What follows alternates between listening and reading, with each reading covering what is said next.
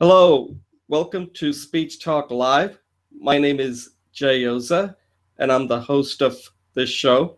And today I have Julie Finkelstein, who's a mentor for the Coursera course Introduction to Public Speaking and a regular on the show. So, welcome to Speech Talk Live. This is episode number 30, and this is the first show of the year. So, one of the things that we're going to do on this show is to kind of come up with our goals for the year, public speaking goals.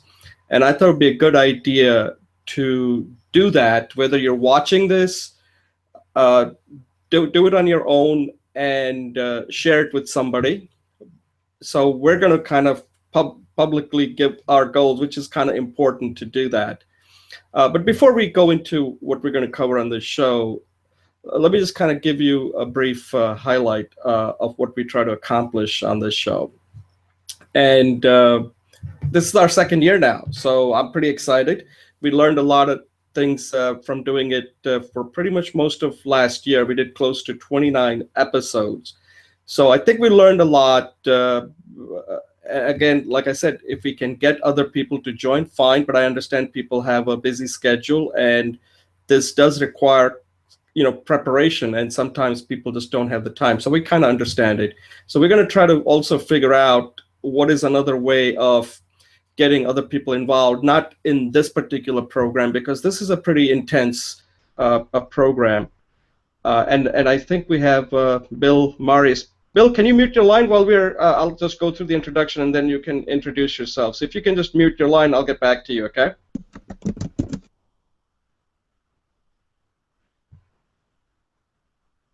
Oh, okay. Because otherwise it's going to keep shifting back and forth if you make a noise. Right. So the purpose of Speech Talk Live is several things. One of them is to learn.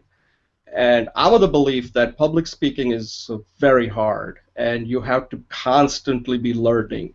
So this is a program where you come on, and it's an opportunity for us to learn from each other.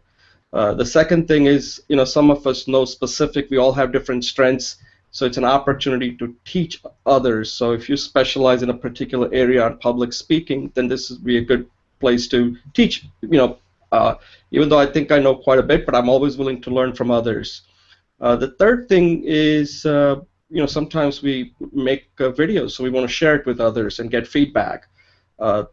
Fourth, of course, is practice. Just talking on this show allows us to practice our public speaking skills. And this is a really good place to do it, because if you do it here with others on this program, then you're more likely to do it well if you're in a high stakes situation. So at least you can crystallize your thoughts and learn from it, and then be better prepared if you have to do it in a high stakes setting somewhere.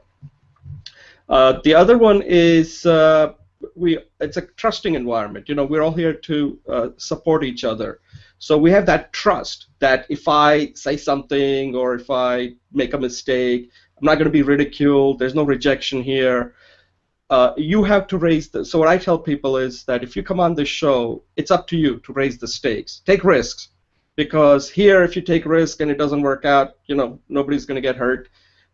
So that's why what's working, what's not working. And this is all, we make it public, so you can go back and watch it to see how you come across. And you'll be surprised that after doing close to 29, there's always room to learn, but you'll be surprised how well these shows actually turn out when I go and watch it. And you're amazed if you're focused and prepared. There's a lot of useful stuff that we get to discuss on this show. And I'm amazed how much I learn from having discussion with other people who participate. Like I watch, and sometimes I learn so much from Julie. I may have a thought, and I may never have thought about something, but then when I hear Julie's feedback, I'm like, wow, why didn't I think of that? So it's also an opportunity to develop your thinking and turn that into a way to communicate to others to make them understand it. So I think this program's got a lot of good things that helps people develop their public speaking skills, leadership skills, listening skills. There are a lot of skills that are here that I could spend a lot of time. So that's basically today's show. What we're going to do is once we have Julie and is it Bill? I'm sorry, Bill. Is it Bill, right? I can't hear you. Your audio is not coming through. You may.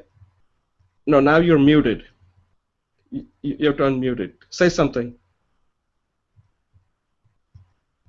You may have to join again because I'm not hearing. Julie, can you unmute your line and say something? Yes, his name is Marius. Oh, is that his first name or last name? His first name is Marius. Oh, Marius. I thought it was last name. Okay, Marius. Sorry, you're on the right program. Sorry. So apologize. So Marius is joining for the first time. So he's been trying to join for some time, and today, obviously, we're glad that he could make it. So once he gets his audio corrected, we'll get him to talk. So you'll have to work on that, Marius. We can't hear you. You may have to log off, or you can use the chat area and let me know what kind of problem you're having. Okay, so he's off. So today's program, we're going to basically do a quick introduction, and then typically we have a 3-minute segment there. Today we're going to use that as a way to discuss our goal, sort of like our resolution for public speaking for this upcoming year. And then I have 3 segments. Today's segments are mostly discussion types, and I've picked 3 topics that I wanted to have a discussion with the panel here. One of them, the first one is doing a review, and I think it's something we need to learn. What's the right way to do a review? So I've come up with my technique that I wanted to discuss, and then learn to see what Julie and Marius use, what they find effective, or if they have tried something that has worked for them that we can, that I would like to learn from them. The second segment is something that I am working on, and I wanted to have a discussion on that. It's like a technique that I'm trying to see whether this can help somebody become a better speaker. This may be a little advanced technique, but it's worth discussing. And what I've done in this what I'm trying to do in this technique is use the screenplays from movies and use that as a way to develop your speaking skills. So we can discuss that more. And the third one, I've spent quite a bit of time on this particular topic, the powers of speaking. And I wanted to have a discussion on that because I think it's important when you speak, you need to understand that you have a lot of power. And I wanted to have that discussion on what are the powers. Now, we're not going to be able to go into how do you develop that power. These are just to agree that there are different powers of speaking that you need to be aware of so that you can start using them and be effective in achieving your objective. So that's pretty much the show for today. And at this point, I will let Julie do a quick intro and welcome everybody for the new year. And then we'll have Marius do his introduction, and then we'll move to our 3-minute segment. Thanks, Jay. Good morning, Marius. Nice to see you both. And thank you, Jay, for making this possible. As you know, I'm a pretty dedicated follower, and I learned a lot from this. So my name is Julie Wu Finkelstein, and I added the Wu because I'm Chinese, and most people see the name Finkelstein. They can't make that connection. My goal this year is to professionalize the service I've been developing over the last 2 years. I have currently online 3 free workshops for anybody who's interested in joining. One is a Saturday morning reading and discussion for success, and so it's for people who are either interested in speaking in a meeting structure environment, and you're welcome to, participants are welcome to moderate as well. And the second one is Wednesday evenings. I'd use a free conference number because I want to give other people a different access modality. And that one is more a discussion, a brief meditation, and commitments on success. And that one is at Wednesday evenings. Again, you're welcome to join, and we have rotating facilitation, so everybody gets to practice leadership. Finally, I have 10 stretches that is yin yoga structures, and they're designed to work deeply inside the body mind to release energy. And finally, I'm writing a book called 10 Structures for Love and Life, and you're welcome to participate and contribute there all. And finally, I run a public speaking community on Google for support of this Coursera course. And if you're interested, email me at julieclw999@gmail.com. Thank you.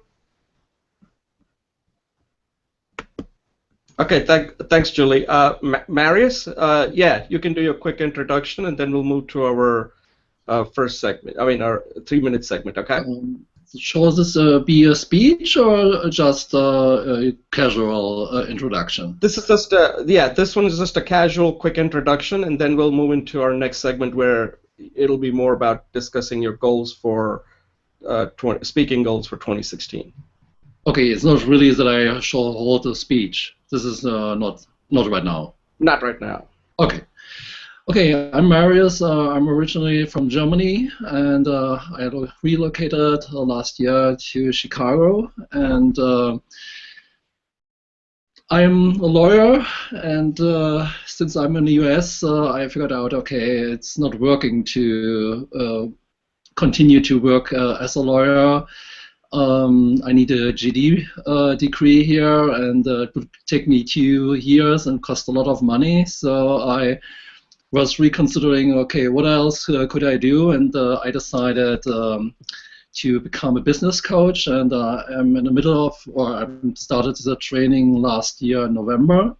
And my goal for this year is to start a coaching practice in June. Okay, great. I wish you all the best. Maybe we can learn something about that from you.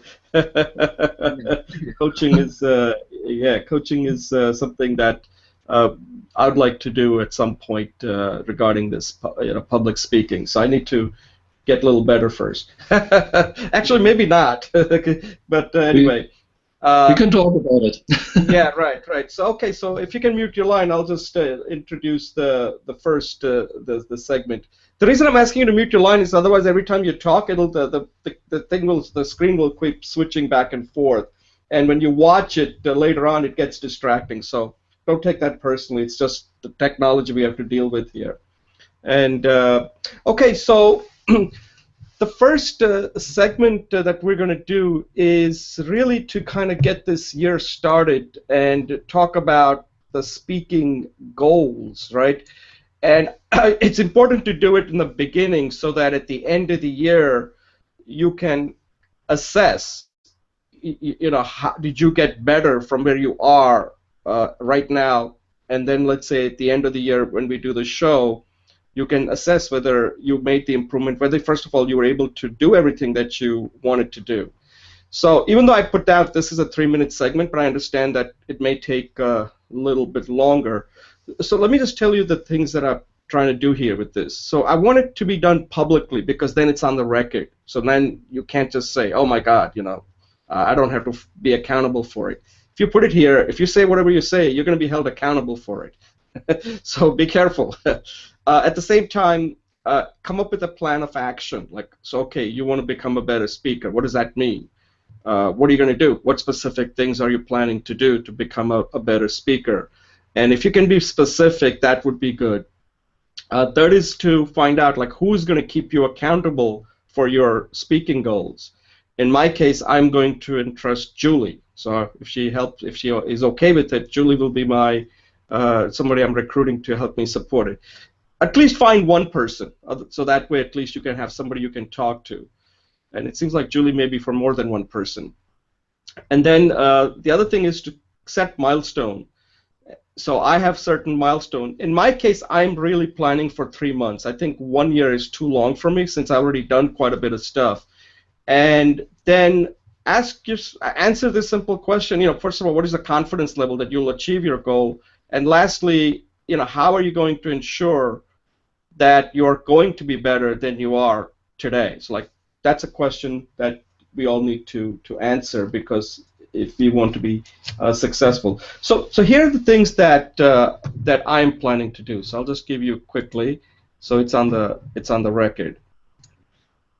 So as you know that we've been doing this show now for since last year. So I have developed quite a bit of experience talking in front of the camera. So that's not going to be an issue there because I've already done that last year. So one of the things I'm working on, and Julie knows about this, is I'm currently writing a book, and it's going to be my speaker's journey. The book is more about my journey, starting from taking this Coursera course a couple of years ago to where I am right now. And the purpose of this book is to kind of help people to. At this point I don't have a title for the book, but the title would be, tentative title is like How to Become a Good to Great Speaker. Now that's a kind of a loaded term there, good to great. A lot of people can't, they're adequate. So first they're going to have to go from being adequate to good before they can go to great.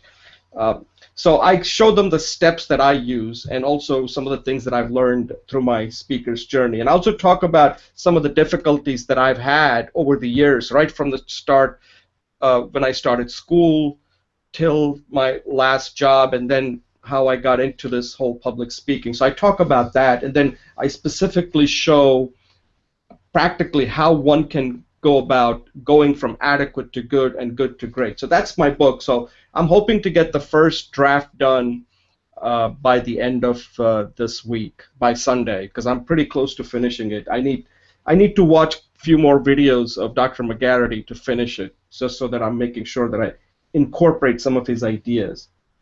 The other thing I'm working on, and this is something that Julie and I are going to be collaborating, and we're still in the discussion stage, is to come up with a course, Fear of Speaking, and come up with different tips and techniques on how somebody can overcome their fear of speaking. So this is an early discussion stage, but this is something that Julie and I have already started giving some thought, and we've been brainstorming back and forth. So one of the things that is helping us here is that we've created we pinned a post on the discussion forum, and we seem to be getting a lot of response on that. So we know that there is a need out there. That's the most popular post that we have on people having their fear of speaking. Then the other one is, so another thing we're going to do, that I'm planning to do, is to try different things on this show. So last year we did a lot of things. We reviewed speeches, we reviewed professional speeches, reviewed individual speeches. We also shared a lot of speeches. So a lot of that is going to continue. The one thing that I'm going to add to something that I started last year I created something, because one of the things is that, just so you know, Marius, a lot of people who take this Coursera course, Introduction to Public Speaking, do not finish it. But I'm assuming, that's a minimum. You got to basically finish the course, but then the question is, what do you do after the course? So we brainstormed, I wanted to try something different, so we came up with something called the 330 Challenge, which is to do a 3-minute speech for 30 straight days. And that way you're developing a habit. So this year I'm taking that to the next level, and I'm calling it the 330 for a book that I'm reading. So I'm currently reading this book by Amy Cuddy, who gave that famous TED Talk about presence, and she just came out with a book, I think at the end of last year, called Presence, and I'm currently reading it. I'm learning a lot. So what I'm going to do is I'm going to take that book and do a 330 just on that book. So I'm going to have 30 short videos taking ideas from that book and giving my perspective, my experience, and that becomes a part of so I'm doing two things. I'm reading a book and also turning that into shorter videos that I call it the 330 challenge. So I'm applying the 330 for a book. So like a lot of people out there wondering, like, wait, I don't have new ideas to come up with. But what I'm saying now is that you don't need to. Just find a good book. If you like it, then come up with short 30 speeches from that. One book or maybe two books. Then another thing that I'm working on is something that I just going to launch it today is how do you take like screenplays and use that as a technique to become a better speaker? I haven't done this yet, so this is still work in progress, but I wanted to have that discussion, so I will incorporate it part of my practice to see if that works. So those are a few things, and the milestone, these are things that I definitely want to do in this quarter. And beyond that, I don't have it, so at some point at the end of the first quarter, I'm going to have to review all these things and listen to it and see how much of this I've actually done. And then at the end of the first quarter, I may have to add some more or continue with it.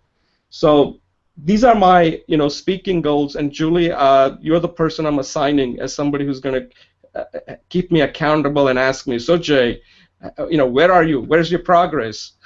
So I'm giving you complete freedom to beat me up if I'm not meeting my goals here. All right. So any comments, Julie, before you go to your speaking goals?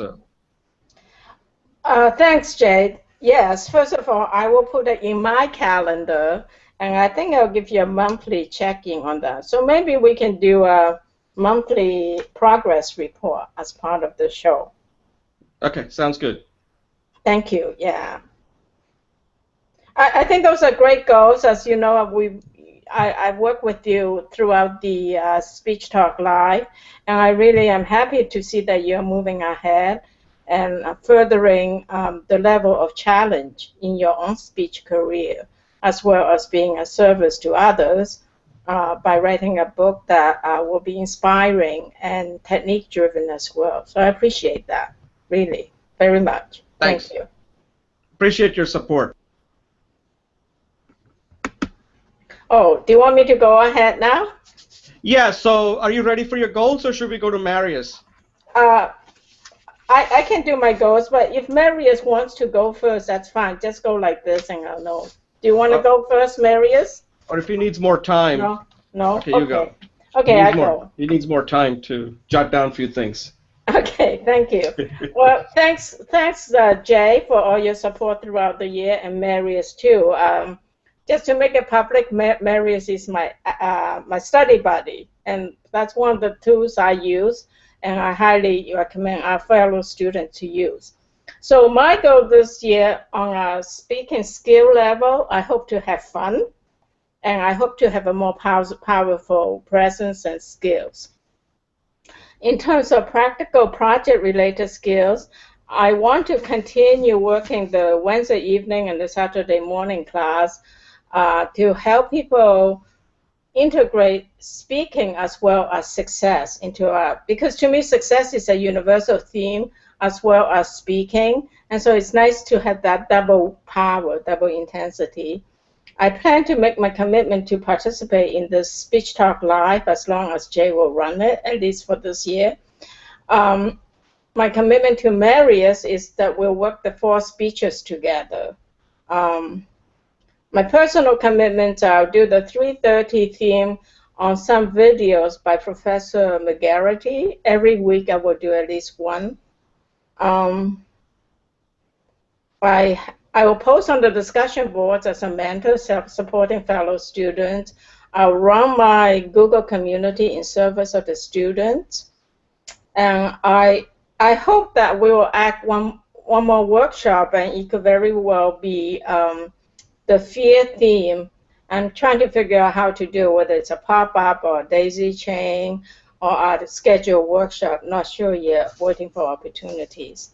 In addition, I hope to investigate how to professionalize this as service, since my original goal of my practice is to individual, open source, open access, and then offering to organizations as a professional service. I need to investigate that.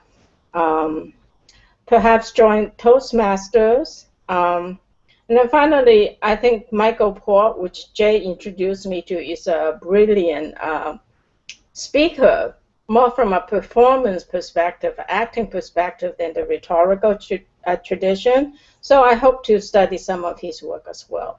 Thank you.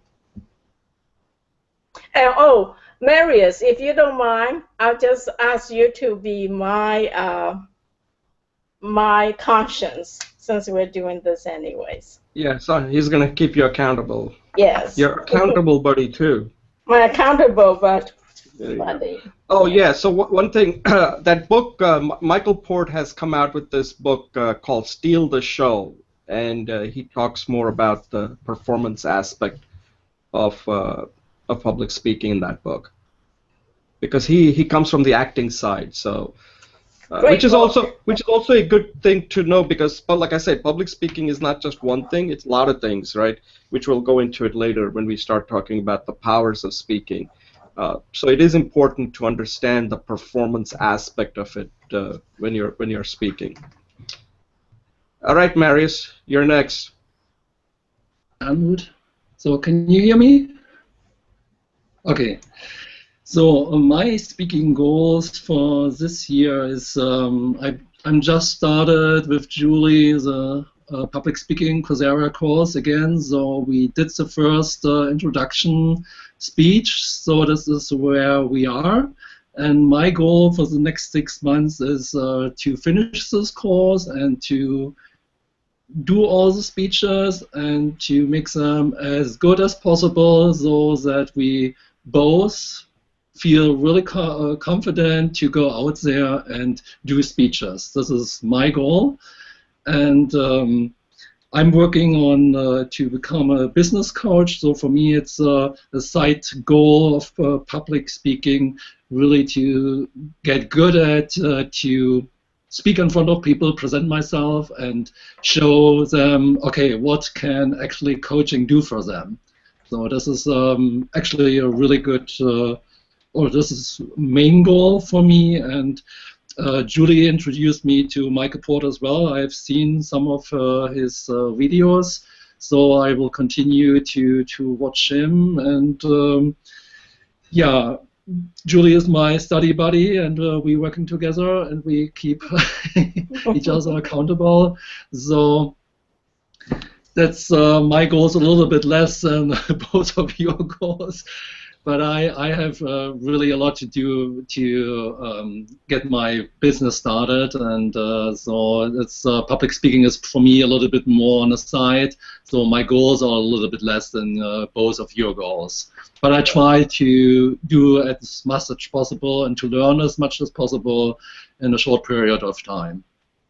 Yeah, no, there's nothing wrong with that. I think, I don't know, maybe I'm too optimistic about my goals. I know I am. What I put down is something like, I put down for 3 months, so that's another thing. I put down these are for 3 months. The reason I put these, Marius, just so you know, is that a lot of these things have already been started. So these are like kind of continuing. So it's not like I'm just starting these just from scratch. These have all been in progress. Like the book has been going on for the last 6 months to like almost a year because there are a lot of things that I'm taking from things I had done earlier. Yeah. The thing I'll make a comment on it. When you go through this course the first time, here's my suggestion, just so that because the course can get overwhelming pretty quickly. I would just go through all the videos to first pass, because I tell Julie that this course, because I'm currently also viewing the videos again, and this is my 5th or 6th pass, okay? So on the first pass, the thing to do is just to watch the video and jot down like I have a book that I have all the notes, and I keep on adding more notes to it. So have a clean notebook and make notes as you're learning. And the first pass, just go through it. As far as the speeches are concerned, the first pass, don't make them too complicated. Just get them done.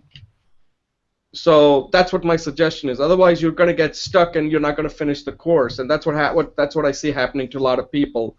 So my advice is that the first time, make sure you watch all the videos. And as far as the speeches are concerned, pick a very generic topic where you don't have to spend a lot of time doing research or anything.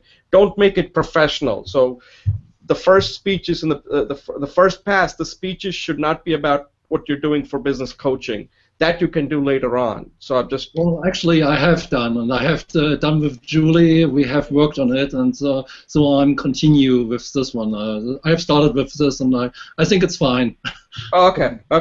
Because the reason I'm saying this is because we don't see that many people finishing the course. So I'd like you to finish the course because there's a lot to learn from the course.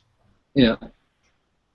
Okay, and the other thing is, are you also making videos for your business coaching, or is that something you want to do? This is later on. First, I have to start the business. So my goal is in June that I start the coaching business. I will finish then the training in July with a written and oral exam. So it will start from there, June, July, and then maybe in the end of the year, then maybe if I'm have some more experience in coaching, then maybe I will do some videos. Okay. Yeah, that's could be All right. the end goal. Then really to present my coaching business on video. Yeah, this could be something. Great. So this course will help you a lot. All right, that's great. So we're going to take a brief pause so I can introduce the next segment, okay? And if you can mute your line, and I'll introduce the next segment.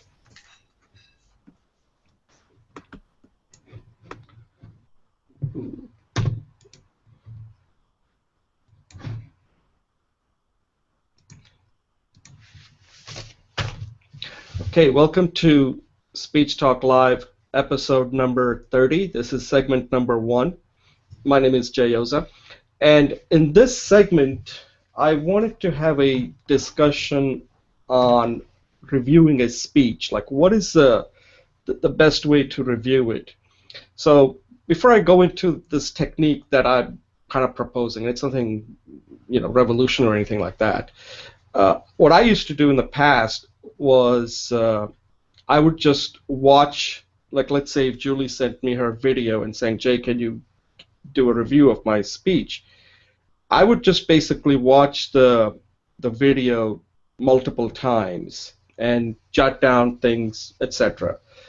But then I read somewhere that, and I'm not sure if it was related to speech, it might have been from this book that I'm reading right now from Amy Cuddy, Presence.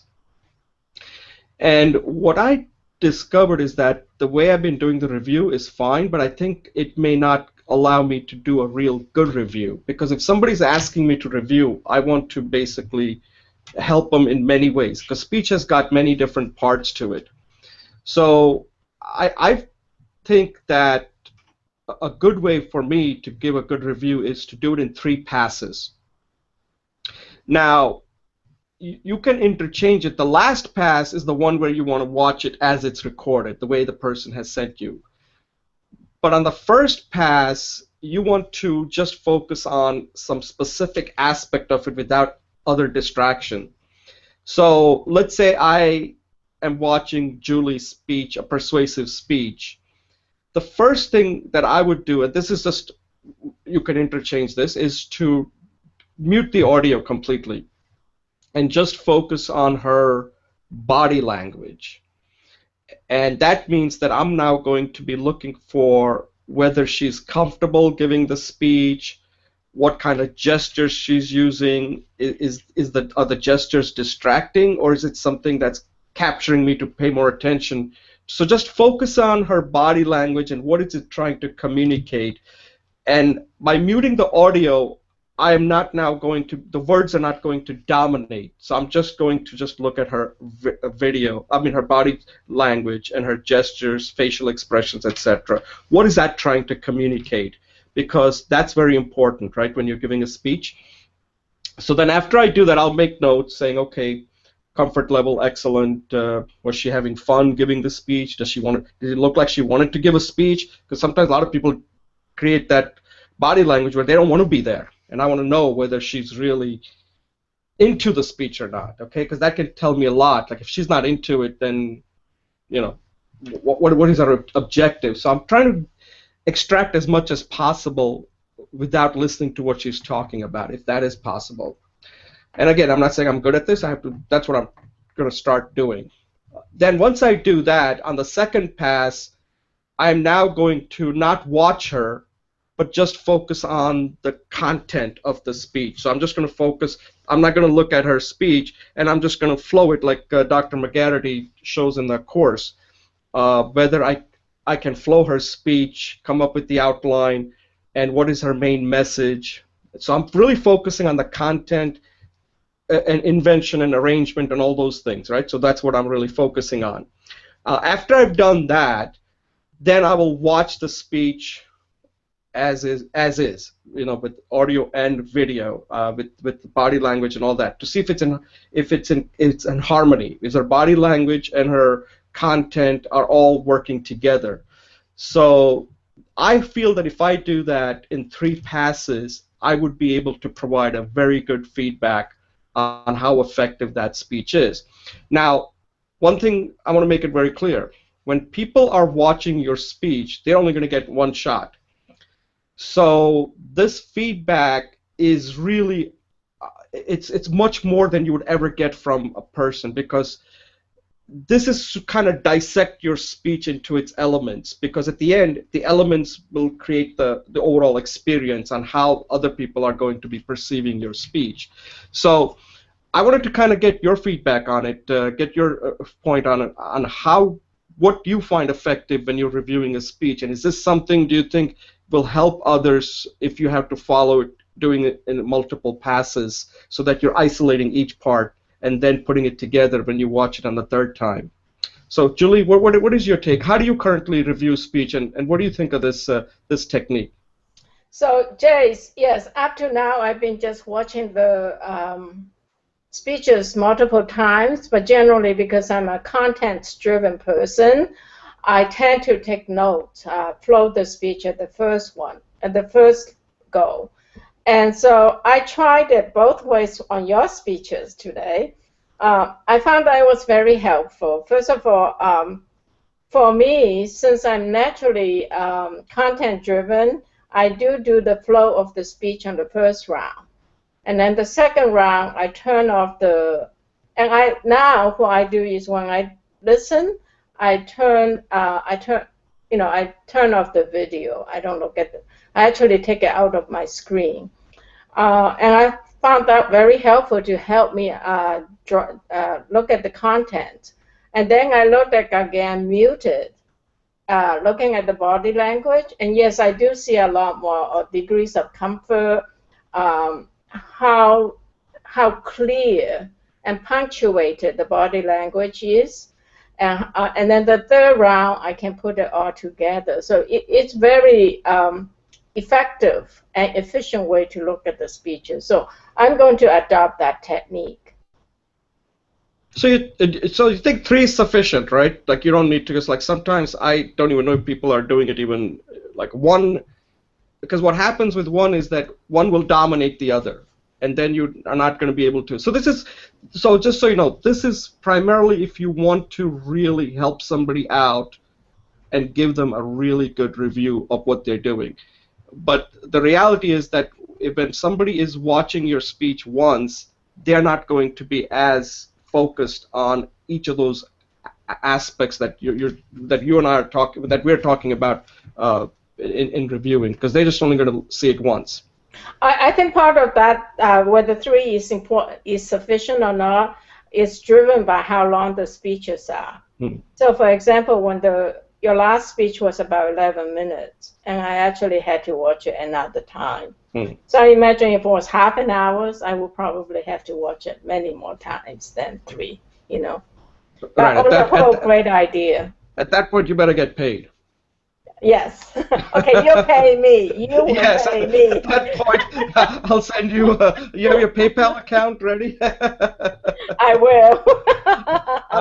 Yeah, Marius, what do you think? Have you done a lot of speech reviews, and what do you think of this technique? Well, I have worked with Julie when she was holding her speeches, and I was flowing the speech. And when I was flowing it, I was so concentrated on the content, so I couldn't actually see her and watch her body language and all the other things you were talking about. So I think it's a really good technique you suggested. I watched your videos yesterday, and it sounds really convincing. So I will adopt it and will use it with Julie. So I think I can give you later on, when I have used it, better feedback if this is working for me.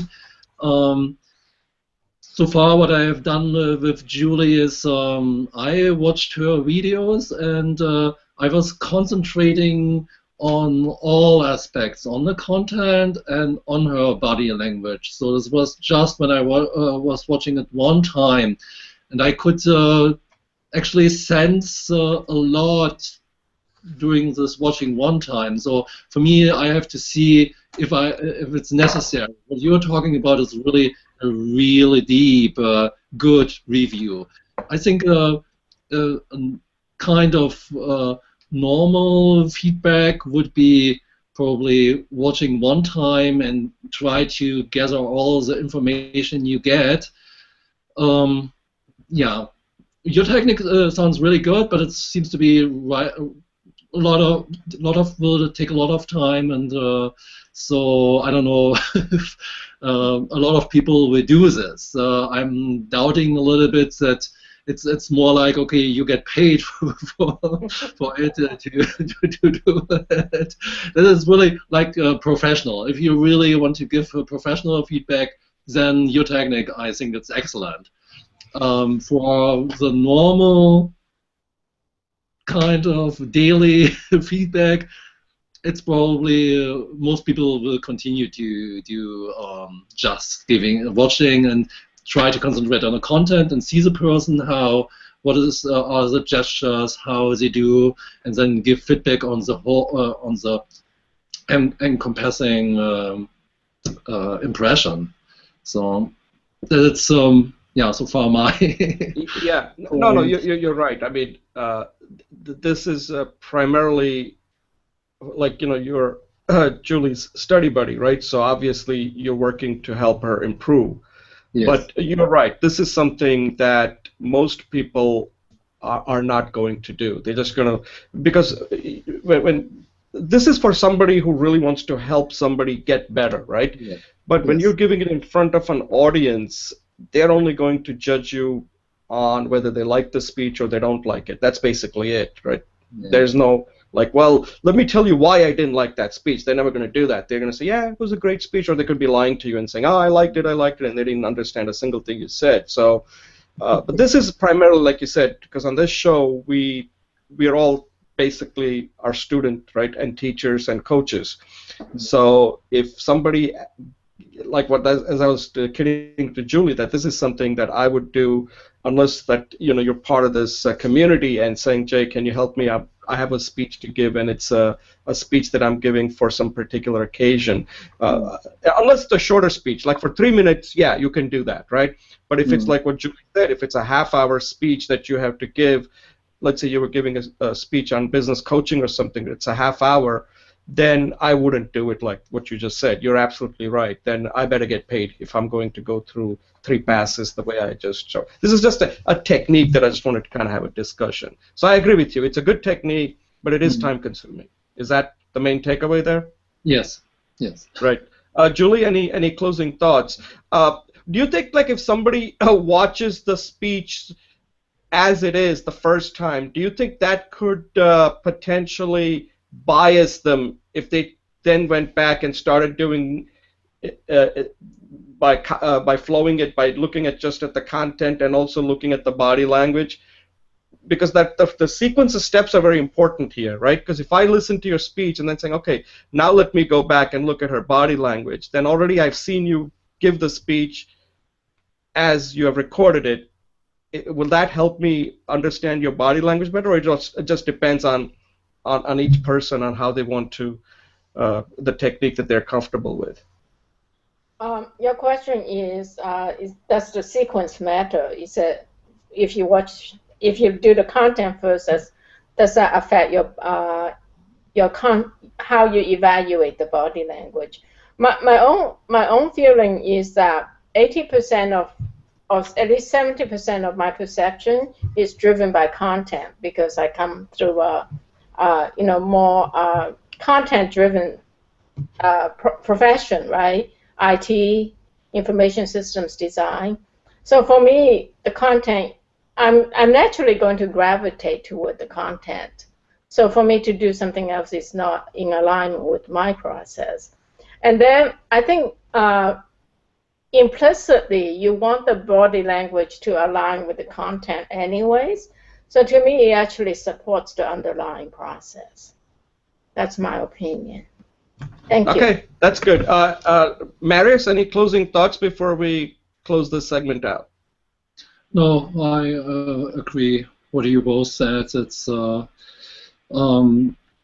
maybe I agree with you that it makes sense to just watch the body language of the person first, because you can sense so much. You're not distracted. Okay, what did the person says uh, in this segment? You just can really concentrate and focus on the body language. So I think it makes sense just first time when you watch it, mood all the mooded, and just watch this how it is, and then later on concentrate on the content. Right. Yeah. Before I close it out, there's one research that was done that you may know about, where I don't know if it was done at MIT. I think it might have been done at MIT. And what they did was, you know how students do a survey of their teacher at the end of the year? So they had students do the survey. And then they had other students who didn't take the class, but they just made them see just the first few seconds or something. I don't even remember. And they found that the people who watched the first, the outcome was very similar. That the people who watched the few seconds said, like, I like the teacher, and the ones who took the course at the end of the year said that, yes, we like the teacher. It was very consistent. And what the survey, the research showed is that people were able to determine who's a good teacher and who's not just by watching the teacher for the first few 10 seconds or what, then those even who took the entire course for the whole semester. So it's kind of interesting how much information it's subconsciously we're getting that information. That's why that body language is very important. All right, great. If you can mute your line, I'm going to introduce the next segment.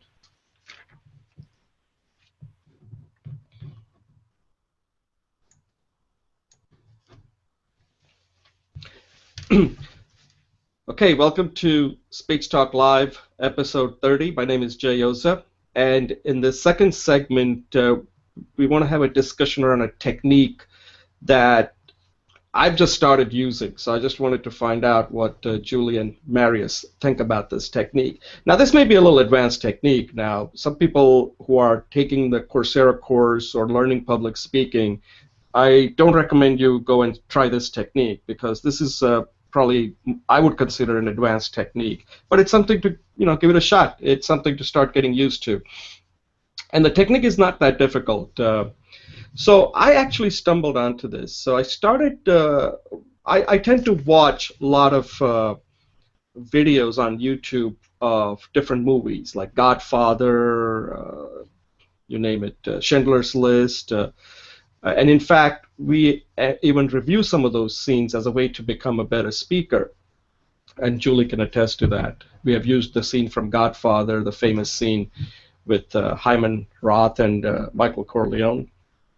Then we used some scenes from the movie Schindler's List. And we thought that these are good ways to learn how to become a better speaker, because these are done by professionals, right? And they are only going to be included if they're perfect.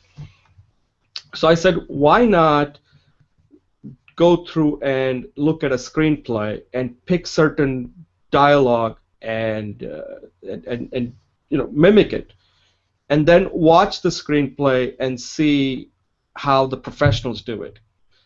And by doing this over and over again, you have now something to compare against and saying, okay, wow, this is how I would do it. Now, it's not going to be always going to be as good as the people that are doing it who are pros, right? But at least you will understand how they're doing it, or is there anything you can pick up from the way they do it.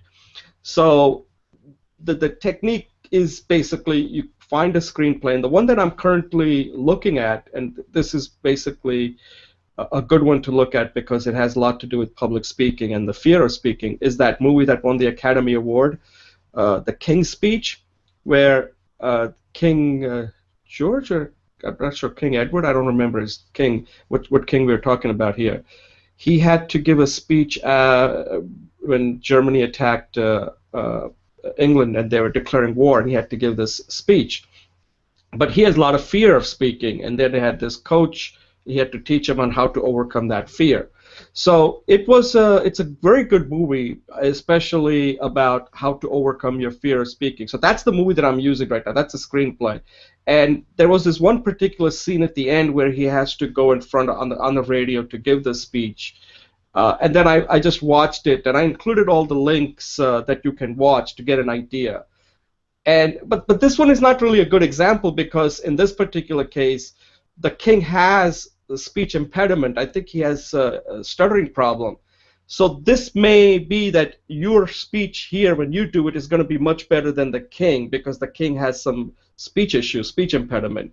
But this is just so you get an idea that you can start looking at screenplays and use it as a way to practice your speaking and then watch it and then see how close you came. So it's a technique that I just wanted to discuss to see if you think this can help people. And like I said, this is time consuming again, but this is just another technique that you can use to become a better speaker. And again, this brings into something that Julie had said, that it adds the performance aspect of speaking also into your public speaking. So if your speech you're great with the content, but somehow your performance level isn't up to par, this is another a technique that can help you improve your performance skills when you're giving a speech. So I'd like Julie to give with me. Julie, what do you think of this technique? Do you think this could be helpful to you? And is this something you would want to give it a try? Thanks, Jay. I watched it, and I think I like what you said. You gave a very step-by-step process, which is 1, read it, 2, record it, 3, watch it. So read the script, record your own, and then watch the professional do it. And then re-record your own. I think that's practice is a great thing. However, acting sounds too challenging for me. But I did come up with 2 parallels. One is I added to a comment on your site. I could watch the elevator speeches and then just mimic that because that's really what I want. And then one of the things that perhaps you might like to talk about in some future session is how to pivot from the elevator speech, which is like 30 seconds, into a 3-minute intro. Because I think that's a very powerful tool for anybody who wants to present themselves in any context. So I'm going to, if I have time, I'm going to look into that, just modeling the elevator speeches. The other area that might be fun for me to try, and again, adopting your idea, is I have a poetry reading buddy on one evenings of the week for about 20 minutes to half an hour. So I could pick poetries where they're professional readers and just mimic that because that's only like 1 minute, so it'll be a quick and easy way to developing some skills. So that's my opinion. I like the idea. I think I'll apply it in a little different context. Thank you. Yeah, so I like your idea about poetry reading. Maybe you can take that as a segment. Remember one of the segments that you may want to facilitate, and you can send us a particular poem, and maybe show us if it would be good if it's a poem that's been recorded by somebody who are professional actors. So it's similar to the screenplay, same thing, right? But I think somebody did recommend one time, I don't know who it was, that poetry reading is a good way to improve your public speaking skills. I'm not sure who that was, but I read that somewhere. So, Julie, I think that is something. Remember, one of the things we were talking about before we started is that we got to start something so that we can finish it. So I think those are 2 things that you're giving me that I have to think about. One is to come up with a segment on how to take an elevator speech to an introduction speech. What is the handshaking and the protocol that would be involved? So I have to think about that. And the one thing I want you to think about is if you can come up with some good examples of poetry reading as a way to become a better speaker. So I'm giving you some work back too. Marius, what do you think of this reading screenplay and even what Julie just added, reading poems? Yeah, I think it's a good idea, and what I read several times and heard, humans learn through mimicking to really look, okay, this is a good example. If I do the same thing, then I can be like him. So look how babies learn. Babies learn the language mimicking the parents, and it goes on. And in school, we mimicking our peers, our teachers. So I think it's a good technique. Yes. Right. So thanks a lot. That's a good feedback. Now again, I consider this an advanced technique because these are people who have gotten past going from being adequate to good, and now they want to take it to the next level. Because I think we do a lot of this when we are young in school, because I had to read a lot of poetry loud. But then when we get older, we don't do it. That's why I didn't include poetry. I said screenplays would be better because there are a lot of videos of screenplays available on YouTube. With poems, I didn't do any kind of search to see what kind of poems are. I'm sure the famous poems by Edgar Allan Poe and all those are probably available that you can find. So yeah. So and any closing thoughts, Julie, on because these are just another like I'm trying to come up with different techniques because after a while, like what Marius said, you need to see what are some good examples out there, so that when you're speaking, if you can read poems well, then you can incorporate that style into your public speaking when you're in front of people. It will make you a much more effective, speaker. Thanks, Jay. So first of all, it was Professor Mary, Professor McGarity, who said read poetry out loud in one Oh, okay. Okay, so it was him. Okay. Yeah, so secondly, I will take your challenge. I will look that up. And thirdly, I want to say that Maris is absolutely right, that people, not only do people learn through mimicking, people actually empathize through watching other people. So there's a brain cell, and in recent neuroscience, it's called mirror cell, M-I-R-R-O-R. And we can actually not only mirror each other in behavior, but also in emotions.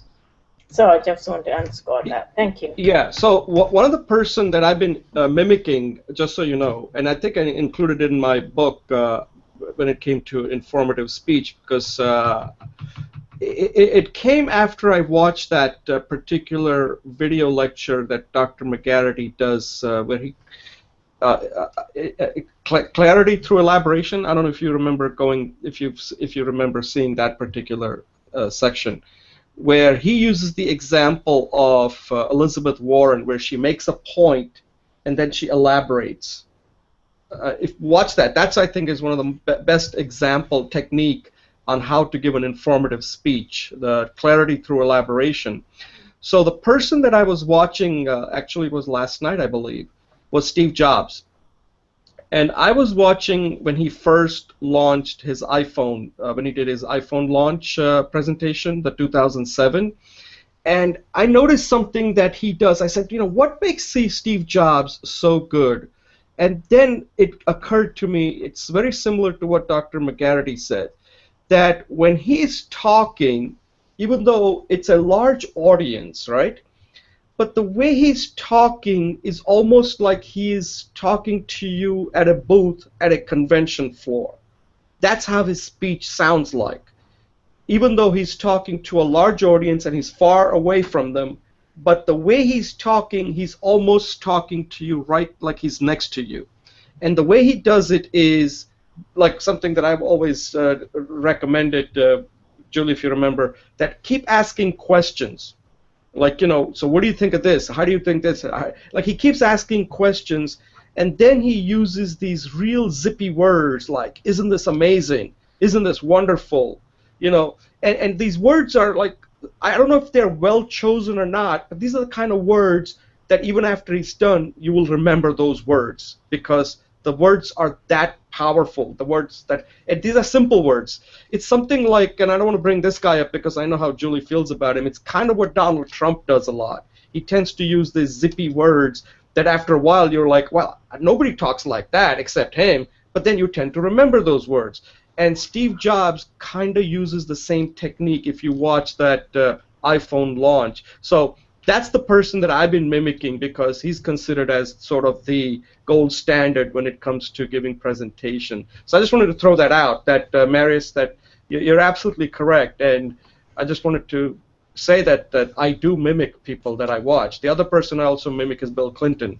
So there you go. These are the two that I've been doing some mimicking. So any closing thoughts, Marius?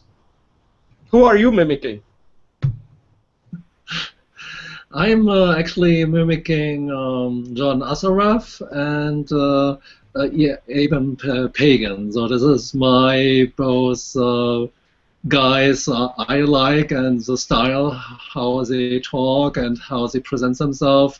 So I think they are quite good. So I don't know if you know them. The one is a famous guy from Secret, and the other one is he has a lot of online business. Can you put those names on the chat session, and I will take a look at them. And Julie, who are you mimicking? I'm going to have to pick somebody. It never occurred to me to mimic somebody. Okay, okay. So I'm mimicking you. I'm using more hand gestures. You're putting too much pressure on me now. Oh no, you're not mimicking. That's not the kind of mimicking you want to do. Otherwise, you're going to look like a wild and crazy woman. All right. Okay, so you got the names John Assaraf and Eben Pagan. Okay, I'll take a look at them. All right, so we'll close this session out and move to our last segment, okay? Mm-hmm.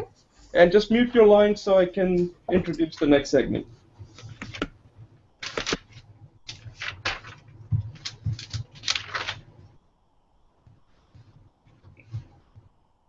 Okay, just give me a second. Okay. Okay, welcome to Speech Talk Live, episode 30, segment number 3. My name is Jay Oza, and in this segment, we're going to talk about power of speaking. Now, you know, you always hear that speaking is power, right? But you never really get people to explain what are the powers, like how do you get power, right? Well, we're not going to focus on the how, but what are they first? So this segment, we're going to focus on making sure we understand, you know, what are the powers of speaking when you hear somebody speaking.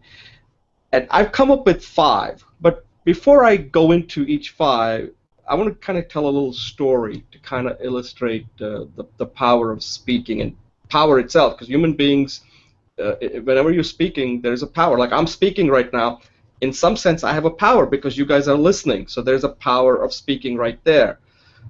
The story I want to tell comes from 1960 when John F. Kennedy was running for president. And after it looked like he was going to win, he needed to select a vice president. So he sent a courtesy offer to Lyndon Johnson, thinking that, you know, Lyndon Johnson at that time was the Senate Majority Leader, which was a very powerful position, being a Senate Majority. And the Vice President wasn't really that powerful at all. In fact, there's a famous quote that somebody uttered, I think it might have been FDR's Vice President, that being a Vice President isn't worth a bucket of spit. That spit can be changed to other things, but that's what it is. That's what that position is worth. It was just a position, you didn't do anything. So when John F. Kennedy sent that offer to Lyndon Johnson, it's sort of like as a courtesy. The thinking was that he was going to refuse it. But Lyndon Johnson didn't refuse it. He accepted it. So it caught the Kennedy staff completely by surprise. Like, what happened here? We thought the way this thing worked is that you offer to somebody who's powerful and then they would refuse it, so at least they would feel good about it. And people who were close to Lyndon Johnson were also shocked that he accepted that. They were like, they just thought that, hey, that's a nice gesture, but he was never going to accept it. So one of his close advisor came to Lyndon Johnson and said, Lyndon, you know, don't you know you have more power being a Senate Majority Leader? Why would you want to become a Vice President where you're going to have very little power. And he said this famous quote that I always like to use. And he said this quote, "Power is where power goes." And that is so correct. That power is up to you. You determine whether you have power or not by the position. And he was so right. That quote I always use, that power is where power goes. If you do a search under Lyndon Johnson, you'll find that, and it's a very appropriate quote for this particular topic that we're discussing. So in my speech that I'm not going to go into, that's why I recorded it, because otherwise we can end up spending, there are books and books written on it. So there are 5 powers that I've identified, right? The first power is the power of presence, and sometimes presence may mean that you may not have to say much because of the presence. You have that stature. The second one is the power of your voice, how you use your tool. Your voice is your tool, your weapon. And if you use it right, the way you high, low, anger, you can communicate a lot with your voice. That gives you power, and you really need to know how to use that power. The third one, of course, is the message. Your message has to be very powerful, and that's another thing that gives you power when you're speaking. Sometimes the speaker may not be good, but the message sometimes can be very dominating. And the one famous example, I've given you examples in there, the one famous example that nobody ever thinks about, that comes, I think it was in the 1980s, it was 1980s. If you remember, there was that riot that took place when Rodney King was beaten up by the policeman, and there was a trial, and the policemen were found not guilty. And then there were riots that took place in Los Angeles, and they brought Rodney King, and he was like really nervous, and he said something to kind of calm the situation down, and he said, can we all get along? He was like really nervous, and a lot of people thought that alone helped stop the riots. So that was the message. The message, he was not a great speaker or anything, but his message was very compelling, like, hey, enough of this, let's get along. I'm the one who's been hurt, why are you guys rioting? And I think that had an effect. The fourth power is the power of experience. And to create that experience, it requires doing a lot of things well. And like I was in my video, I say, I haven't been to a speech where I can say that I have been to that many speech where I could say, wow, the experience was just amazing. And you may have gone to some speeches. I'm not talking about watching it on video. I mean being live at the event. And the fifth one is the power of change. Is the speech so powerful enough that the person will enable you to make some kind of a change? So those are the 5 powers that I've come up with, and let me know what you think, and if you think that there's anyone that I'm missing in there, because I'd like to find out from you guys. What do you think about this idea of when you're speaking, you have power, and how do you use it, and what are some of the things that you need to learn so that you exert that power whenever you're in a situation and speaking to people? Julie?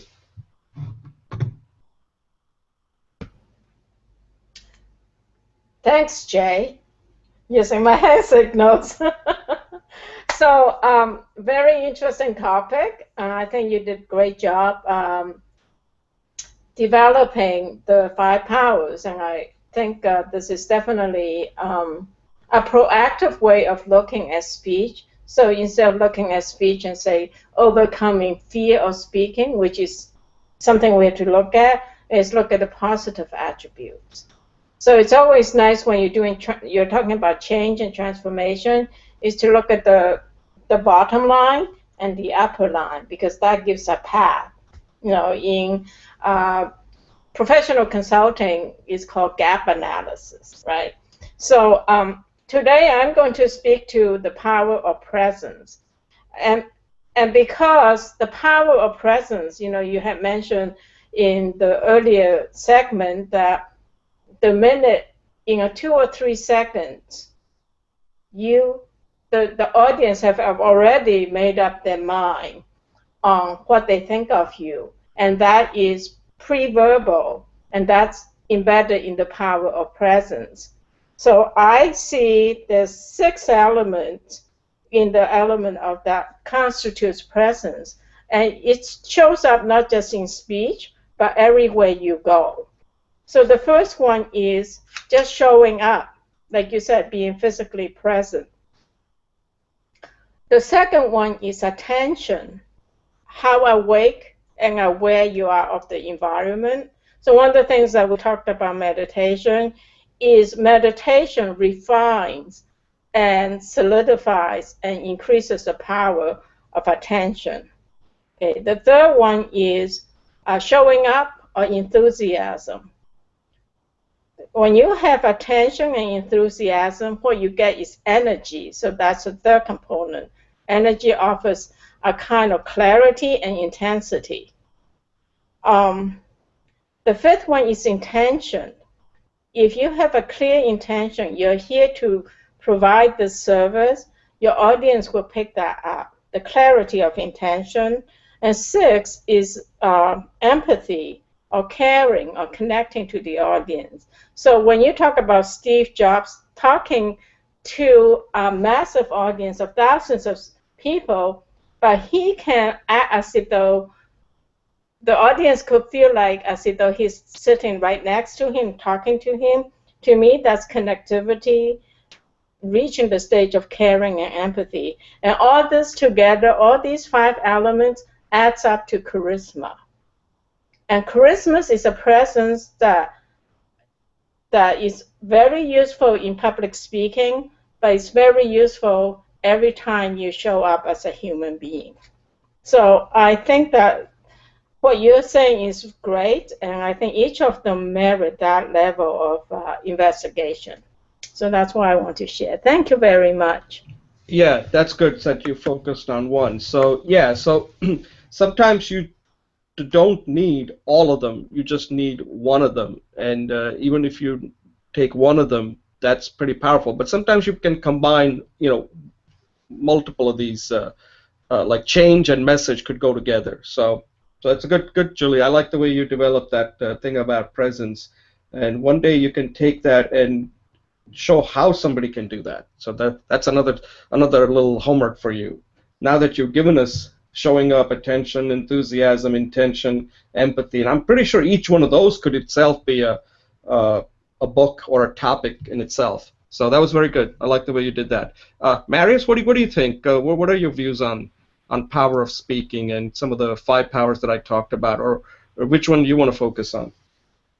Well, I think power is really important. How you, like Jolie said, how you show up. This is gives the audience an impression of you.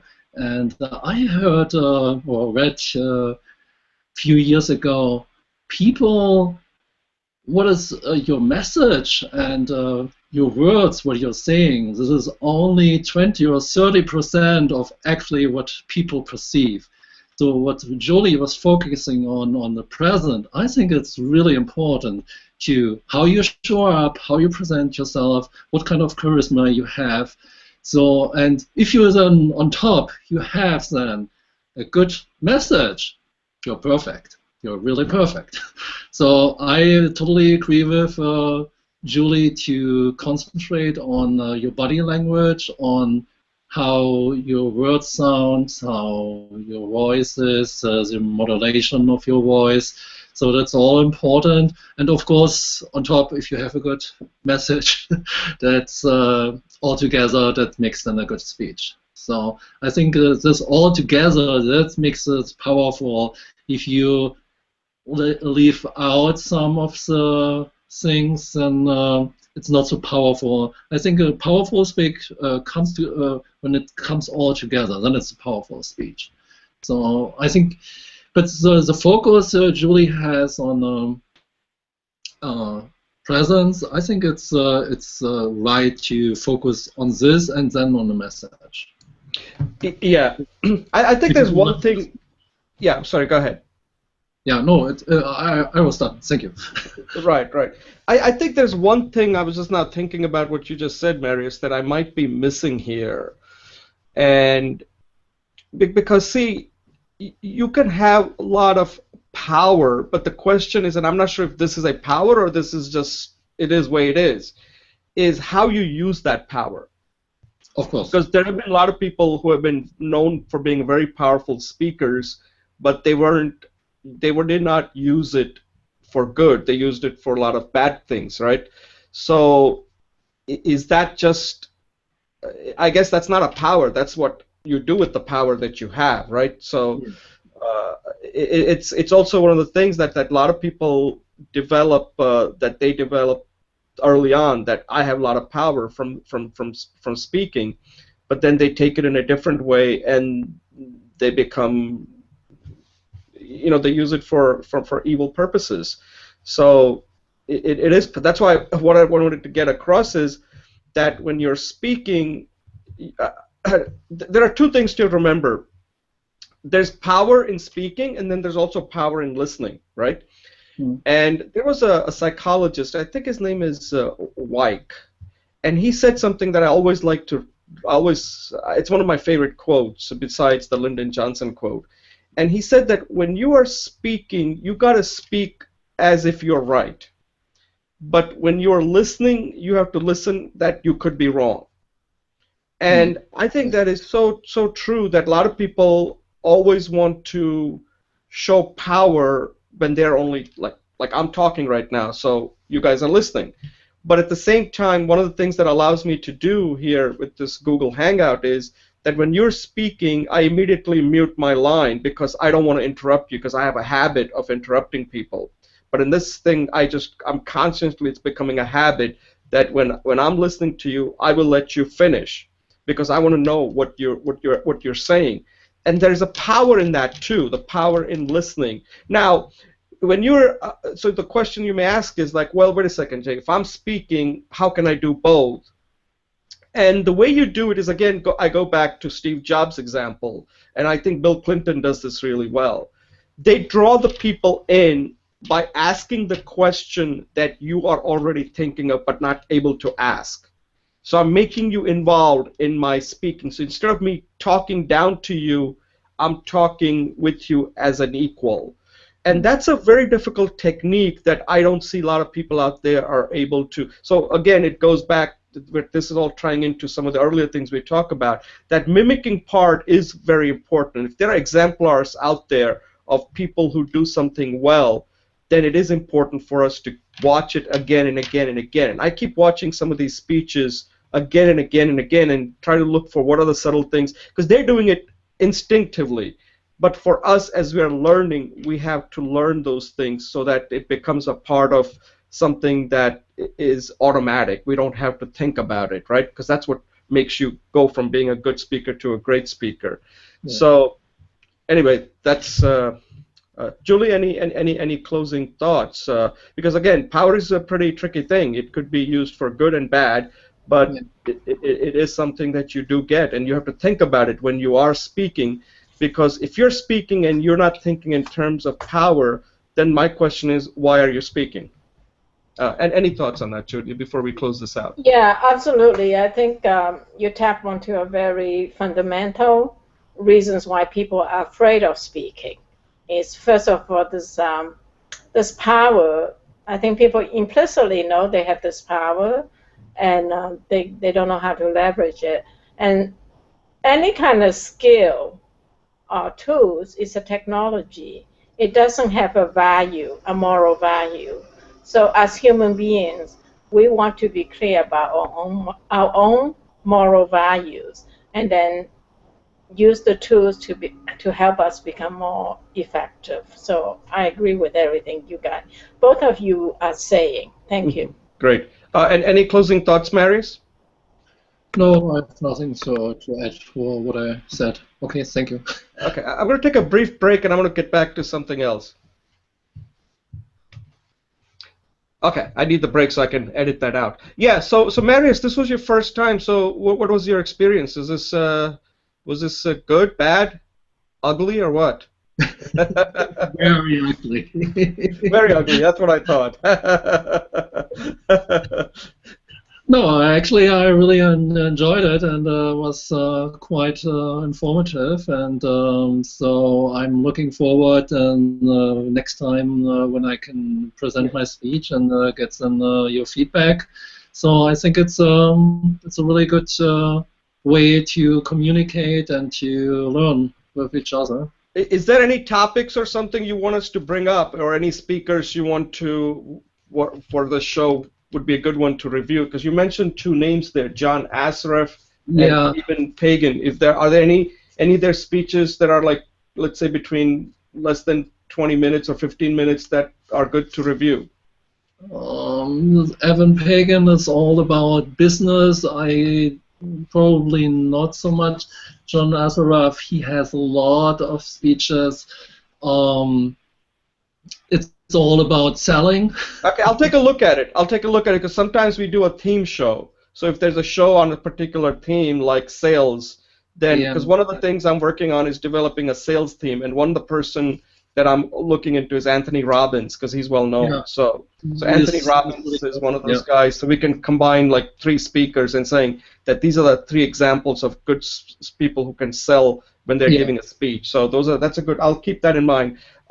Julie, I got 3 things that you had mentioned about pivoting from elevator to intro speech is something I'm going to look into, and you're looking into how to use poetry or poems, reading poems, as a way to become an effective speaker, or develop a technique, another technique of becoming a good speaker. Anything else that you wanted to? Any speakers or anything that we think we should review on this program, or any topics? You're muted. I am. So I thought, given that you've done the goals for the year, I thought it would be nice to have like a quarterly progress meeting. What do you guys think? Yeah. Yeah, it's Update. good to have something that you can really measure your success or where you are and what you have to do to really come to your goal. Yeah. Yeah. So, okay. Yeah, I agree. Quarterly progress is something. That's why mine are mostly quarterly. Yearly is too far away, so I want this to be on a quarterly basis. Yeah. Okay. Okay. Anything else, or we can close out the show? That's it. Thank you. All right. Well, let me thank Julie and Marius. Marius, thank you for joining us for the first time. I hope we see you more often. And if anytime you have anything that you think would be good to include on the show, just let us know. Okay. Yeah. Thank you. All right, guys. Enjoy your weekend, and again, thank you very much. And that's the wrap. Okay. Thanks, everybody. Okay, Thanks, bye. everybody. Bye.